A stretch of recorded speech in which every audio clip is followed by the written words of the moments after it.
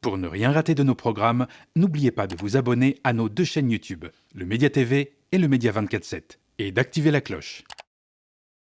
Cela fait plus de 2 ans que Gaza vit l'impensable, plus de 2 ans que la justice internationale tente de nommer l'innommable, plus d'1 an que les rapports, les enquêtes, les alertes s'empilent devant un monde qui souvent ne regarde plus. Mais il y a des voix qui refusent de se taire. Aujourd'hui, nous recevons 2 invités qui, chacun dans leur discipline, ont tenté de documenter ce que beaucoup refusaient, de nommer la destruction méthodique d'un peuple et l'effondrement simultané de l'ordre international. Avec nous, Francesca Albanese, rapporteur spécial de l'ONU, cible d'une campagne internationale d'intimidation par les puissants, simplement pour avoir fait son travail, celui de documenter les faits, de nommer les crimes et de défendre le droit, et le réalisateur Christophe Cottré qui signe This United Nation, un film qui montre l'envers du décor, l'ONU paralysée, les diplomates dépassés, les mécanismes de l'impunité, la faillite morale d'un système qui, sur le papier, aurait dû empêcher un autre génocide et qui pourtant laisse Gaza se faire écraser sous des tonnes de bombes. Et comme le rappelle le film, 3 jours après le 7 octobre 2023, 3000 tonnes de bombes sont déversées sur Gaza. En un mois, c'est l'équivalent de 2 Hiroshima. En un an, 6 Hiroshima. Pendant que les corps s'entassent, que les écoles de l'UNRWA s'effondrent, que les enfants meurent par milliers, le débat international tourne autour d'un seul mot, génocide. Indifférence des États, des institutions, des médias, parfois même de nos démocraties qui répriment plus vite une conférence universitaire qu'une livraison d'armes. Bienvenue dans cette émission consacrée au film This United Nation, au livre Quand le monde dort, et à une question qui nous concerne tous, combien de temps le monde va-t-il encore dormir ? Mais on s'autorise à penser dans les milieux autorisés. Alors ça, c'est encore un autre truc. Les milieux autorisés, vous y êtes pas, vous, hein.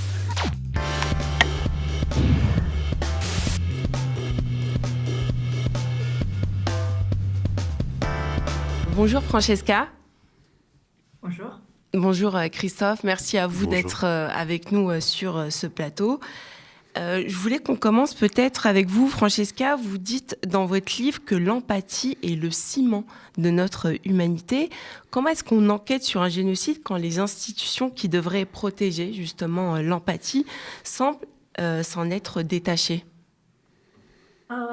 En fait, ce que m'a choqué pendant les derniers 2 ans, c'est que les États qui sont censés observer dans leur politique le droit international, le droit constitutionnel où il y en a, ils se sont complètement détachés de ça. Et malgré la documentation, le jour par jour, de ce qui se passait à Gaza, et à savoir en Cisjordanie, Jérusalem-Est, un peu tous les Palestiniens vivent sous occupation israélienne. Et là, ce qui m'a frappé en 2e lieu, c'était à côté du manque de respect pour le droit que toutes et tous devraient observer et préserver, ce qui m'a choqué, voilà, c'était le manque d'empathie ou bien la présence d'empathie sélective, dans le sens qu'il y a eu beaucoup de manifestations de soutien. Et justement, hein, je dis pas qu'on n'aurait pas de l'avoir envers les Israéliens après le 7 octobre, mais la même chose ne s'est pas réalisée, tout le contraire, envers les Palestiniens. Même après que les chiffres concernant leurs morts doublés, tripliqués et arrivés jusqu'à 70 000, c'est presque 10 fois le chiffre de gens qui ont été tués, des civils qui ont été tués le 7 octobre, mais quand même, et on réagit pas de la même façon. Et ce manque d'empathie révèle aussi un racisme résistant dans les veines des systèmes occidentaux. Et justement, l'empathie dont on parle, Francesca, on le sent aussi dans votre film, Christophe, vous dites, qui s'appelle This United Nation. Déjà, pourquoi est-ce que le choix de ce titre, qui est quand même très politique aussi ? Alors, Francesca Albanese fait bien de le rappeler, faut déjà faire preuve d'empathie pour le peuple palestinien et pour son courage. C'est une première chose. Le peuple palestinien, malgré un dit cessez-le-feu, continue à être bombardé ces jours-ci. Donc, nos pensées vont d'abord au peuple palestinien. Des United Nations, en fait, il y a deux composantes. Il y a à la fois, je voulais rendre hommage au travail de certaines personnes. Je pense que Francesca Albanese, rapporteur spécial de l'ONU, d'autres personnes aussi. Je pense à Agnès Calamar, Amnesty International ou Johan Soufi, qui également, avec Jourdi, poursuit les gens, ceux qui sont rendus coupables de crimes contre l'humanité et de génocide. C'est une façon de leur rendre hommage, parce qu'effectivement, on ne le voit pas beaucoup. Comme vous le dites très bien, il y a une invisibilisation aussi de ces luttes et du peuple palestinien. Beaucoup en France, particulièrement en France. Et ce film moi je me devais avec ce film de mettre en lumière en fait des luttes qui n'étaient peut-être pas très visibles il y a 1 an et demi, qui le sont davantage heureusement aujourd'hui et qui méritent d'être évidemment prolongées. Il a fallu beaucoup de courage pour les avoir à cette époque-là et pour avoir comme boussole principale le droit international. C'est ça d'abord que voulait montrer le film. Alors juste pour répondre à votre question, des United Nations, effectivement, l'ONU ne peut que s'il y a une volonté de la part des États membres de l'ONU d'agir. Et ce que montre le film, c'est qu'entre la volonté d'une Assemblée générale des Nations unies qui majoritairement soutient le droit international et la cause du peuple palestinien, vous avez un petit nombre d'États au Conseil de sécurité, d'anciennes puissances coloniales principalement, qui refusent de mettre fin à l'horreur qui se déroule à Gaza actuellement. Et vous le dénoncez aussi, Francesca, dans votre livre. D'ailleurs, vous avez été aussi juriste onusienne à Jérusalem. Et quel est l'instant, justement, un regard, une phrase, une scène où vous avez compris pour la première fois que le système international était incapable de protéger les Palestiniens ?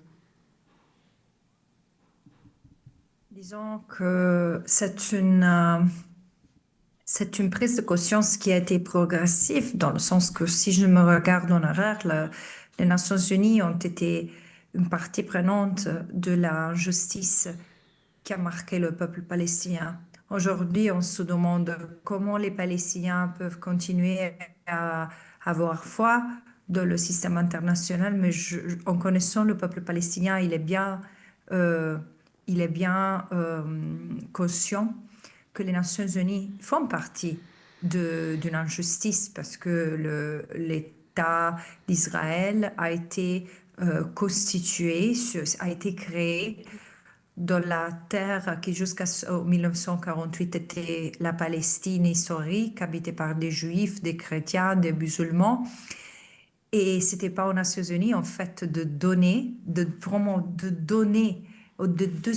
décider de fragmenter cette terre. Et après, les Nations Unies ont fait ce qu'ils pouvaient, surtout dès qu'ils sont devenus, disons, de 50 États en 1945 à 193 États aujourd'hui. De plus en plus, dans l'Assemblée générale, ils ont essayé d'avancer des positions favorables à la Palestine au nom de la justice. Mais finalement, on n'a pas des Nations Unies équilibrées. Il y a le Conseil de sécurité qui garde beaucoup de pouvoir. Et même au-delà du Conseil de sécurité, comme on le voit maintenant, c'est quelques États en particulier. Maintenant, c'est surtout les États-Unis qui dictent un peu la ligne et la loi.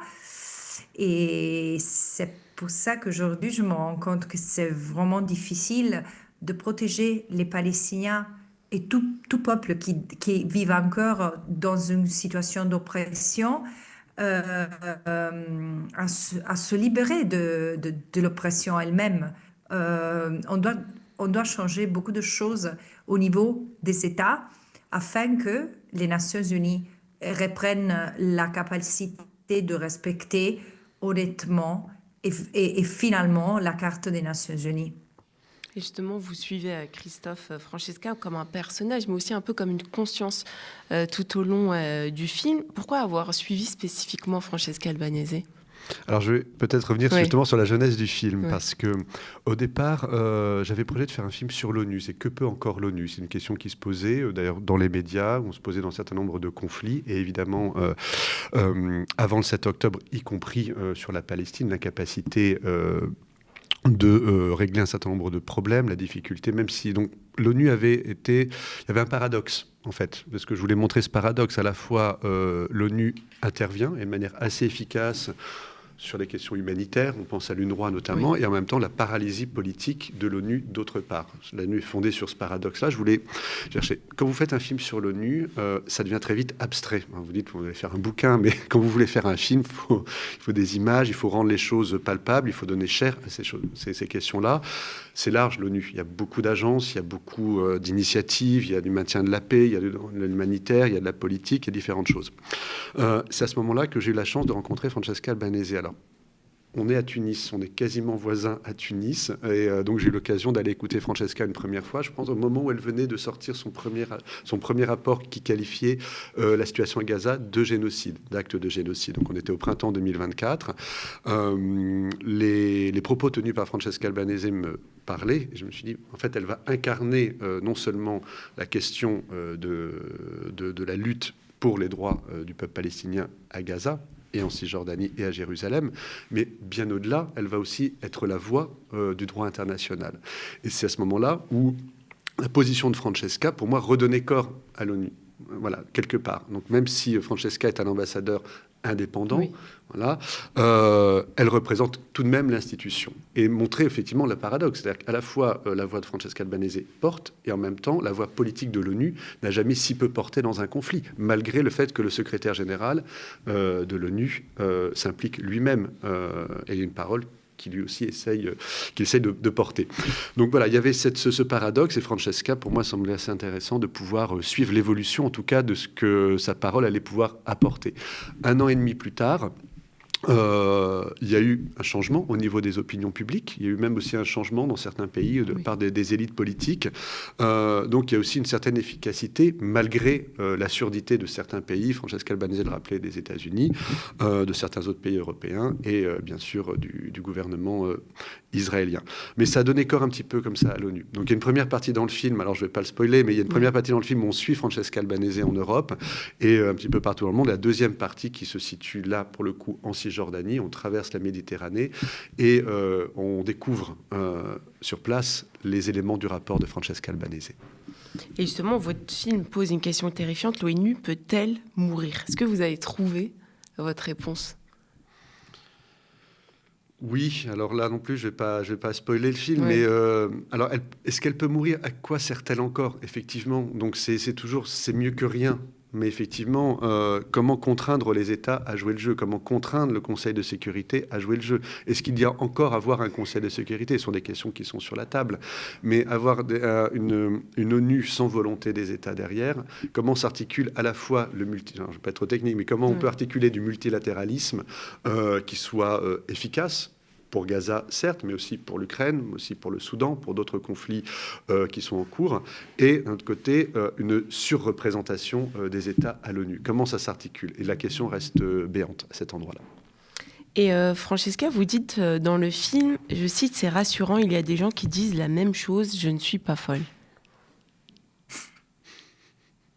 Et je le dis dans un contexte spécifique, parce que j'étais la première au sein des Nations Unies, tout d'abord avec des autres relateurs d'experts indépendants des Nations Unies dès le mois d'octobre, novembre, à soulever les risques derrière une attaque autant indiscriminée qui après commençait à avoir dès le début l'ère d'une attaque génocidaire parce que les leaders israéliens continuaient à utiliser des formules qui appelaient à la destruction de la population de Gaza en tant que telle.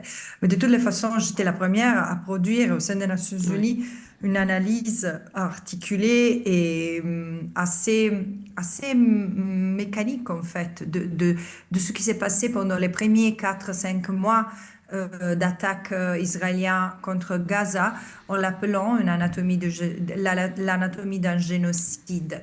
Et pendant presque une année je me suis sentie assez seule dans l'analyse quand tout le monde occidental l'a rejeté. Et je me sentais aussi coupable parce que en mettant de l'avant le mot génocide, ça me semblait de distraire l'attention du fait que on ne pouvait pas le réduire à un débat sémantique, on devait arrêter l'attaque, on devait poursuivre le cessez-le-feu et tout. Mais aujourd'hui, je me rends compte qu'il n'y avait aucun intérêt. Le cessez-le-feu n'a jamais été imposé parce que dans la communauté occidentale, c'est pas qu'il n'y a pas la volonté de protéger les Palestiniens. Il n'y a pas l'intérêt. Il n'y a pas la volonté parce qu'il n'y a pas l'intérêt. Les Palestiniens ne comptent pas autant pour pousser pas les gens en Occident. Parce que je pense qu'il y a vraiment un décollement entre ce que le gouvernement fasse et dise et ce que les gens, l'esprit commun est. Mais de toutes les façons, il n'y a pas assez pour pousser les gouvernements à intervenir de façon de principe. Voilà. Et vous d'ailleurs, Christophe, il y a beaucoup de réalisateurs qui ont fait des films pour parler de la Palestine ou de Gaza, mais qui ont évité le mot génocide, alors que vous avez plutôt choisi de le montrer plutôt que de l'éviter. Pourquoi ce choix ? Déjà parce que je suis Francesca Albanese. Donc effectivement, Francesca le rappelait tout de suite, c'est la première à poser sur la table, dans les médias, auprès de l'opinion publique, c'est un génocide. Donc un génocide, ça doit être prévenu, ça doit être, les États ont une obligation par rapport au génocide. C'est pas qu'une affaire sémantique, c'était rappelé tout de suite. Donc il fallait effectivement poser ce terme dans le film. Alors quand j'ai commencé moi à travailler donc pour les chaînes Arte, RTBF, on commence à travailler, le mot génocide devait être questionné pour les chaînes. C'est-à-dire qu'on est au printemps 2024.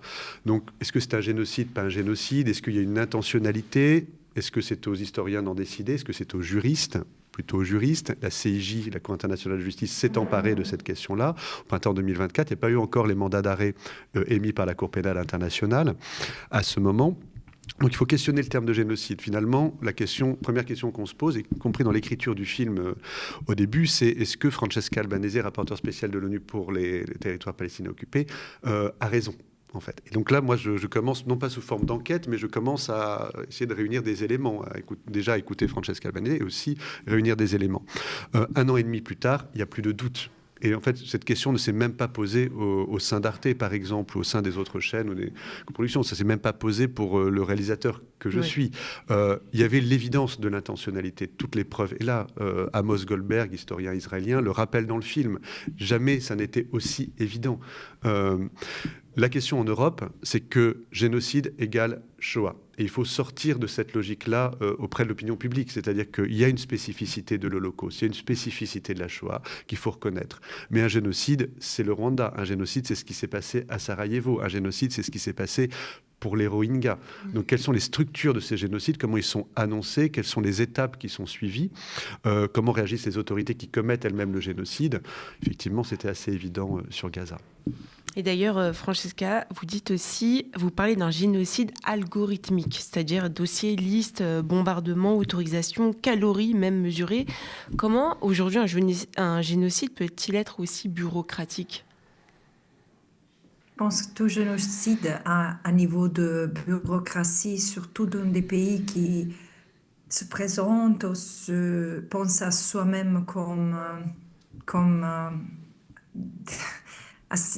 assez institutionnalisé ou assez, entre guillemets, civilisé. Moi, j'ai trouvé toujours l'occupation israélienne très, très complexe du point de vue des documents programmatiques, des lignes d'action entre le militaire et le civil. Et je pense que c'est voulu parce que cette structure donne l'idée de quelque chose de bien réfléchi et en fait qui reflète un état de droit. Mais en fait, c'est un état, quand il s'agit de Palestine, tout ce qui est Israël est un état de droit mis au service de l'élimination et de l'anéantissement de l'autre en tant que tel. Disons que ce qu'Israël a bâti pendant des décennies envers les Palestiniens a éclaté dans une violence en fait génocidaire où tout a continué à être justifié selon des procédures, selon des procès bien établis et partie de l'état de droit. Vous avez vu le rôle de l'exécutif, le rôle du judiciaire, le rôle du Parlement qui continuait. C'est pour ça que je dis non, c'est pas la folie du Premier ministre Netanyahou. Il y a eu le gouvernement à côté de lui. En avançant, en prenant plusieurs mesures pour avancer la destruction des Palestiniens, pas seulement de la bande de Gaza. De la bande de Gaza, c'était clairement comme un génocide. Mais dans la Cisjordanie et Jérusalem-Est, les actes qui ont été mis en œuvre contre les Palestiniens sont aussi à évaluer si c'était un génocide ou pas, parce que ça mène sur la même forme de destruction, même si moins massive. Mais bien sûr, c'est très bureaucratique et c'était toujours très bureaucratique parce qu'on a besoin de la bureaucratie dans un système pareil pour justifier la disparition d'un autre peuple. Et justement, Christophe, vous avez aussi filmé plusieurs révolutions, plusieurs résistances au sein de votre carrière. Qu'est-ce qui, dans le cas palestinien, vous a le plus frappé ? C'est une bonne question. C'est l'invisibilisation, en fait, du peuple palestinien, et qui me fait penser à ce qui a pu se passer en 1994 à Kigali et dans l'ensemble du Rwanda. C'est-à-dire que en 1994, au Rwanda, au moment du génocide des Tutsis du Rwanda, il n'y avait pas d'image. Les journalistes n'étaient pas là, mais ils étaient accaparés par Sarajevo. Donc, on pouvait massacrer à ciel ouvert, il n'y avait pas d'image. Ce qui est très frappant avec Gaza, c'est qu'il y a des images partout. C'est que malgré l'interdiction des journalistes internationaux, il y a beaucoup de journalistes palestiniens qui sont sur place, qui font très bien leur travail, qui filment, qui documentent au péril de leur vie. Je crois qu'il y a eu... j'ai lu récemment qu'il y avait eu plus de journalistes palestiniens tués dans la bande de Gaza depuis 2 ans que dans l'ensemble de la Seconde Guerre mondiale, 3 fois plus.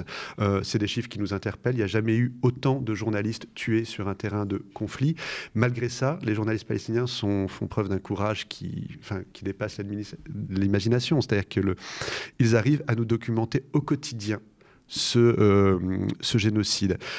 Donc on a les images, on a les informations, on sait tout. Et on sait tout et on ne fait rien.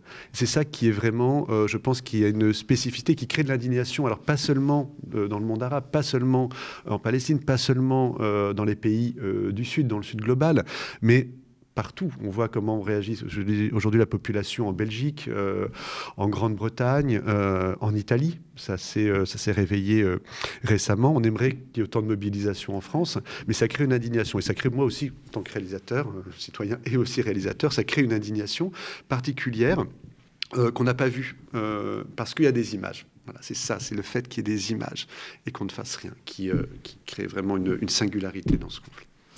Francesca, Christophe parle d'invisibilisation. Vous dites dans votre livre « Quand le monde dort », pour la première fois, je me sens véritablement indignée par l'indifférence.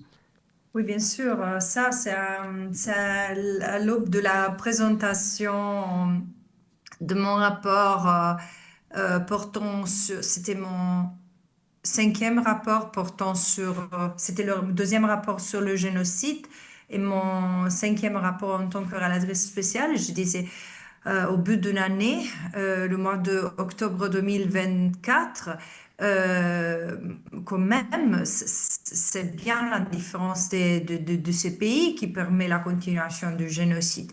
Mais ça, c'était après le 6e et 7e rapport, en fait, qui m'ont fait bien comprendre que c'est même pas l'indifférence. L'indifférence, c'est un symptôme, c'est un résultat, c'est un effet de ce qu'il y a de bien plus profond, une connivence entre les intérêts de beaucoup de pays occidentaux et même des pays arabes et même des pays du Sud global qui n'osent pas se poser en contradiction et sont à savoir presque en complicité directe avec Israël dans la commission des crimes. C'est en fait la complicité avec les crimes d'Israël, avec des actions et de missions pendant des décennies qui ont permis à Israël de se consolider comme puissance occupante illégale, visant à l'annexion du territoire qui est resté aux Palestiniens, malgré tout le monde parlait de paix, solution à deux États, et entre-temps Israël volait toute la terre qu'il pouvait.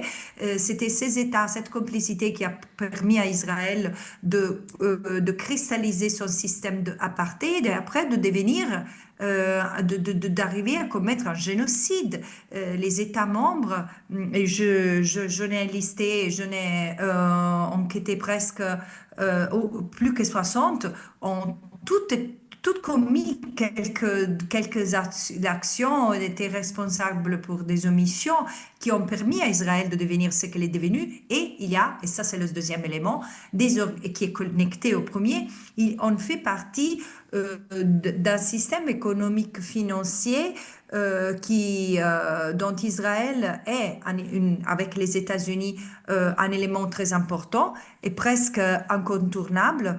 Et ça rend ce qu'Israël produit, surtout des armements et des services de surveillance, indispensable à plusieurs régimes et à plusieurs pays, même ceux-ci dits démocratiques.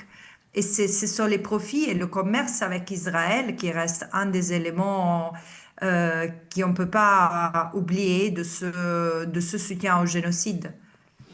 Et vous parlez aussi tous les deux à la fois dans le livre et dans le film, on parle aussi pas uniquement du présent qui est détruit, mais aussi de l'avenir on peut pas, il y a pas on ne voit pas justement de futur et d'avenir.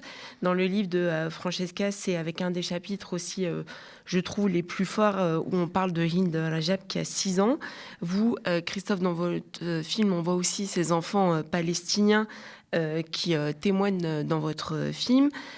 Francesca, vous dites aussi que ces enfants-là sont, avant de vivre leur enfance, deviennent des juristes, des mini-juristes, des professionnels un peu du droit. Vous l'avez vu aussi en Cisjordanie. Est-ce que vous pouvez nous faire un retour justement sur ces enfances aussi volées? Comment on se construit avec tout ça? Oui, alors il faut dire que le livre que j'écris, c'est un peu un récit personnel à travers 10 personnages que j'ai choisis qui nous guident à travers des sujets très complexes concernant la question palestinienne ou israélo-palestinien, à savoir l'autodétermination, l'occupation, l'apartheid, est-ce qu'il y a apartheid ou non, est-ce qu'il y a un génocide ou non. Il y a plus des Palestiniens, des Israéliens et des gens qui sont connectés à cette terre, à des liens, disons, de sang ou d'esprit. Et là, les enfants sont une partie prenante parce qu'ils ont été une partie prenante de mon travail en tant que relatrice spéciale. J'ai connu plusieurs enfants, discuté avec plusieurs enfants de façon professionnelle. Mon 3e rapport était dédié, consacré à l'enfance en Palestine. Et s'appelait unchilding. Il n'y a pas un mot correspondant à ce mot anglais qui signifie en fait la privation de l'enfance, de la légèreté de l'enfance chez les enfants palestiniens. Et bref, pour le dire en bref, oui, à un certain moment, je conclus dans le bouquin, il parlait avec les enfants palestiniens, parfois comme parler avec des petits avocats, parce qu'ils sont tout au courant de leurs droits, de leurs obligations, de c'est quoi une occupation. Et ça correspond vraiment un peu au drame de ces enfants, parce que leurs épaules d'enfants sont chargées par des angoisses, des préoccupations réelles, mais aussi ils sont poussés à avoir une maturité qui n'est pas normale parmi des enfants de 10 ans, 12 ans qui te parlent, voilà, comme s'ils étaient des petits juristes en discutant c'est quoi les limites à l'occupation, c'est quoi un apartheid. Et ça, c'est le produit de la réalité qu'ils se trouvent à vivre. Et pour vous, Christophe? Ce qui est frappant en Cisjordanie et ce qui est frappant aussi dans l'ensemble des territoires palestiniens, c'est que l'État d'Israël a décidé, ça c'est peut-être aussi une des spécificités de ce génocide, enfin non pas du génocide, mais qui qualifierait le génocide, mais spécificité du conflit, pardon, c'est que les enfants sont prioritairement les cibles de ce génocide et des crimes qui sont commis. Plusieurs choses. L'interdiction de la Knesset des activités de l'UNRWA à Jérusalem-Est. C'est-à-dire que là, les écoles doivent être fermées à Jérusalem-Est. Elles ont été fermées. On parle de centaines de milliers d'enfants qui n'ont pas eu à cette rentrée accès à l'éducation. Il n'y a aucune autre motivation qu'une motivation politique. Il n'y avait aucune raison d'empêcher des enfants. Moi, je les ai visités, ces écoles. Les enfants y apprennent exactement la même chose que des enfants d'autres pays environnants ou que des enfants français. On y apprend à lire, on y apprend à écrire, on y apprend un certain nombre d'éléments qui vous constituent en tant qu'individu. Donc fermer ces écoles contribue à détruire la culture palestinienne. C'est dans les rapports de Francesca Albanese, vous avez des enfants qui sont ciblés, qui sont snipés dans la tête, dans la poitrine, en Cisjordanie. On les empêche d'aller à l'école, d'où des intrusions permanentes dans les camps. Il y a un certain nombre d'empêchements aussi en Cisjordanie par l'armée israélienne. À Gaza, les écoles ont été principalement, c'est l'UNRWA qui me l'a dit, et on le sait d'ailleurs, c'est largement documenté, les écoles ont été les premières cibles des bombardements. L'ensemble des écoles quasiment sont détruites. Pourquoi détruire principalement des écoles? Parce que le Hamas vient s'y cacher à chaque fois. Donc non, donc oui, ça c'est documenté, effectivement. Ouais. Et la spécificité aussi, c'est qu'en termes de nombre de morts documentés, prouvés d'après les sources, c'est une majorité de femmes et d'enfants. Donc l'idée d'employer le mot guerre, par exemple, qui ciblerait des hommes ou des combattants en armes qui combattraient la population israélienne ou l'État israélien, ne tient pas au vu de l'immense majorité de types de personnes qui sont décédées à Gaza, c'est-à-dire principalement des enfants, principalement des femmes, dans une proportion bien plus large que dans n'importe quel autre conflit et génocide. Et pourtant, malgré tout cela, beaucoup d'États disent aujourd'hui nous manquons de preuves. Vous, Francesca, vous dites nous manquons de courage. Quelle est pour vous la différence justement fondamentale entre les deux ?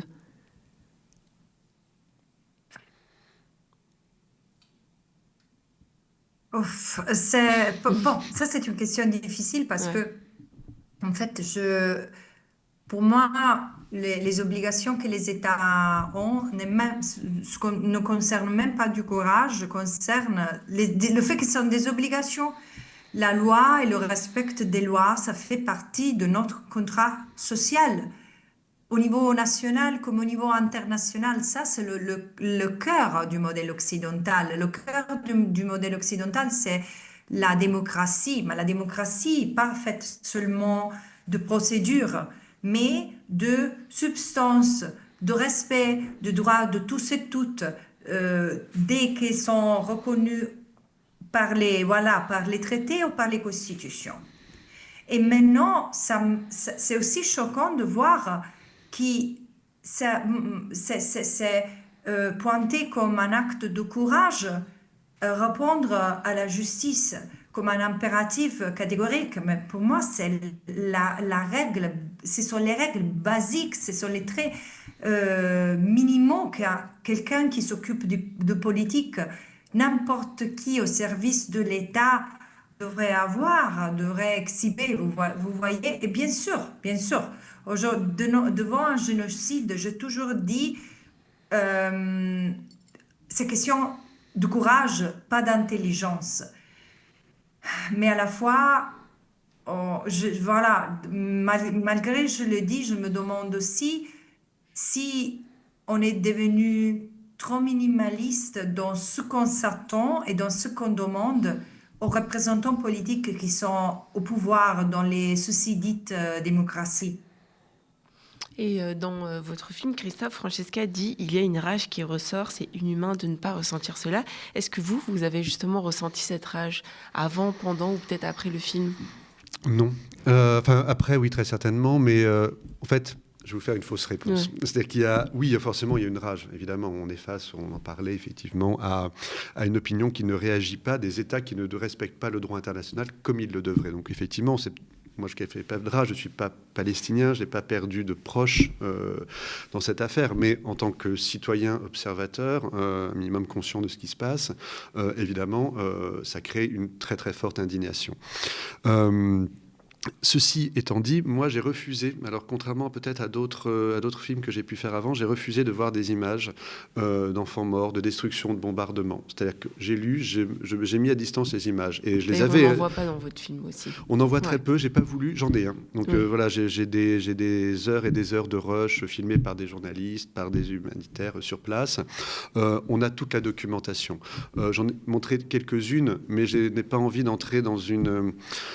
J'ai pas envie de montrer des corps morts parce qu'à un moment, effectivement, ça peut indigner, ça crée de l'émotion, mais ça nous aide pas à aller plus loin. Donc voilà, donc effectivement, il faut voir, il faut documenter, c'est important, mais je ne voulais pas le mettre dans le film, et je me le suis pas imposé à moi-même au départ. J'avais pas besoin de ces images pour comprendre la logique qui était en œuvre, la logique génocidaire qui était en œuvre sur place.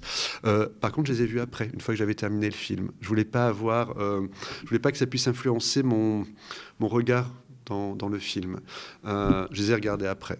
Et effectivement, on a affaire à des images qui sont absolument terribles. Oui. Ouais.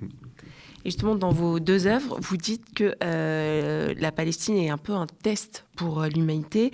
Francesca, selon vous, est-ce que c'est un test raté ou c'est un test qui est encore réversible ? Est-ce qu'on peut encore... est-ce que ça peut aller mieux, entre guillemets ? Pour le moment, c'est un test raté, sûrement pour les Nations Unies. C'est un peu l'échec de ce siècle de la communauté internationale. Dans le passé, quand le chèque a été irrécupérable, on a eu la fin des organisations qui représentaient le multilatéralisme. On a eu la fin de la Ligue des Nations, par exemple, qui portait à la création de l'Organisation des Nations Unies. Aujourd'hui, on se demande si ça va être la même chose ou pas.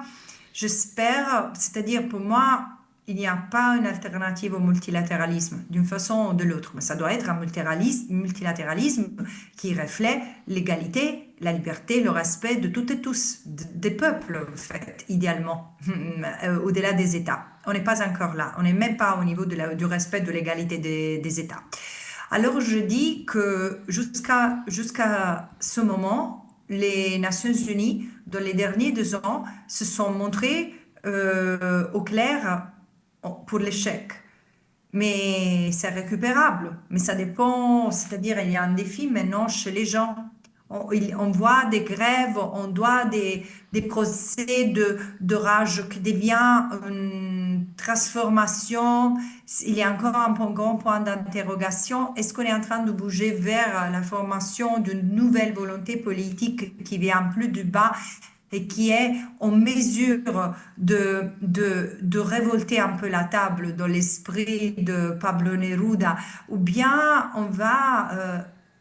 même cette rage-là, on va la réprimer, ou plus la garder, arriver à la contenir dans un compromis de quelque forme. Voilà. Ça, c'est le défi, je ne sais pas, j'espère. C'est-à-dire, je crois beaucoup dans le pouvoir de l'imagination pour changer ce qu'on a aujourd'hui. Je pense que le droit, si utilisé dans la poursuite de la justice, n'a besoin que d'un ingrédient, d'un mouvement soutenu de gens, par les gens de bonne foi, qui sont capables d'accepter un peu de sacrifice dans un moment autant douloureux et stratégique et de changement, d'accélération historique comme cela, pour un nouveau équilibre qui bénéficie toutes et tous sur la plupart de nous. Maintenant, c'est pas comme ça. Et voilà, on verra qu'est-ce qui se passe dans les prochains mois et dans les prochaines années. Ça ne va pas s'arrêter ici, malheureusement. Et Christophe, votre film montre aussi la pression énorme qui s'exerce sur quiconque parle de la Palestine. On l'a vu avec Francesca Albanese. Est-ce que vous avez dû censurer certaines scènes ? Est-ce que vous avez senti aussi une forme peut-être de répression depuis ou la sortie du film ? Non. Non. Pas à mon niveau. Effectivement, Francesca Albanese, d'autres personnes ont une grosse pression. Enfin, est-il besoin de rappeler les sanctions? Est-il besoin de rappeler la brutalité du comportement de certains médias? Ce qui me semble important de dire, c'est qu'il n'y a pas de génocide sans complicité des médias à un moment. On l'a vu avec Radio 1000 Collines au Rwanda, on l'a vu dans d'autres conflits, dans nettoyage ethnique, épuration ethnique, génocide. Les médias sont complices à différents endroits. C'est qu'il y a besoin de médias à certains endroits. Évidemment, pour discriminer, pour invisibiliser, pour symboliser l'autre. Et jusqu'à la dernière étape du génocide, à savoir la négation même de ce génocide, le négationnisme. C'est un processus où les médias accompagnent sur à peu près la moitié des étapes qui amènent à un génocide complété. Les médias sont présents dans au moins 4 ou 5 de ces étapes. Donc, ce qui est important pour nous de comprendre, c'est comment on peut lutter, en tant que journaliste, comment on peut lutter contre ces médias qui véhiculeraient. Il y a une spécificité dans le cas de Gaza. C'est que ce n'est pas tant les médias internes à Israël, donc au gouvernement qui commet le génocide, que les médias extérieurs qui participent de cette complicité. Et cette complicité, c'est à la fois des interviews qui n'en sont pas. Une radio publique, pas plus tard que la semaine dernière, a interviewé Francesca Albanese, rapporteuse spéciale des territoires palestiniens pour l'ONU. On n'a parlé ni d'ONU, ni de territoire palestinien, ni de ces rapports. Il s'agissait d'autre chose. Il s'agissait de mise en accusation. Et ainsi va-t-il pour l'ensemble des interlocuteurs qui s'expriment à l'endroit non pas forcément seulement de la défense du peuple palestinien, mais simplement de gens qui rappellent que, attention, le droit international doit être respecté. Et ça, c'est un ensemble. Donc des médias ont été complices, que ce soit pour des raisons d'intérêt. Au départ, on aurait pu penser il y a 2 ans qu'il s'agissait d'un malentendu. Effectivement, il y avait le choc du 7 octobre. Il faut rappeler. La société israélienne est traumatisée par ce qui s'est passé. Et votre film commence aussi avec Absolument. Il y a eu des crimes de guerre le 7 octobre. La société israélienne est traumatisée et que nous, on puisse être traumatisés et en empathie avec le peuple israélien à ce moment-là, est tout à fait naturel. Qu'il y ait pu avoir un malentendu de la part de médias occidentaux au départ, on peut le comprendre. 2 ans après, il n'y a plus aucune excuse. Ça s'appelle de la complicité. Peut-être certains seront-ils poursuivis. Ça continue. C'est-à-dire que ça continue aujourd'hui d'invisibiliser non seulement, évidemment, on l'a dit, le peuple palestinien, mais aussi les gens qui s'expriment avec le droit international comme boussole. Un film permet de... En tout cas, c'est comme ça que j'envoie aussi mon film qui passera sur Arte, où j'étais totalement libre de dire ce que je voulais, avec évidemment des précautions de vérifier les faits. Ça, c'est toujours un travail journalistique de base. Permet de desserrer les taux. C'est-à-dire que je crois qu'on va être parmi les premiers films à parler de génocide sur une chaîne française. Et ça me semble important de bien qualifier. Et Francesca, donc on le lit aussi dans votre livre. Vous le dites, c'est un livre que vous avez mis plusieurs années à écrire, aussi à recueillir, enfin ça parle de vous, et on se rend compte aussi que vous êtes devenu une cible. À quel moment est-ce que vous avez cessé d'avoir peur ou appris justement à travailler avec cette peur? Il y a eu un événement aussi marquant en Allemagne qui vous a profondément aussi bouleversé quand on vous a qualifié aussi d'antisémite sans savoir ce qu'était réellement l'antisémitisme, et vous en parlez aussi dans Quand le monde dort. Je trouve que mon cas est assez symbolique de quelle est la trajectoire à travers laquelle on arrive à se libérer de cette angoisse d'être traité en tant qu'antisémite. Parce que je reconnais que pour quelqu'un, surtout de bonne foi, en Europe, c'est très dur d'être accusé, d'être traité d'antisémitisme. Ça fait mal, c'est paralysant. À la fois, il faut garder à l'esprit le fait que ça, c'est un argument qui est souvent utilisé, presque tout le temps utilisé pour faire mal, distraire l'attention de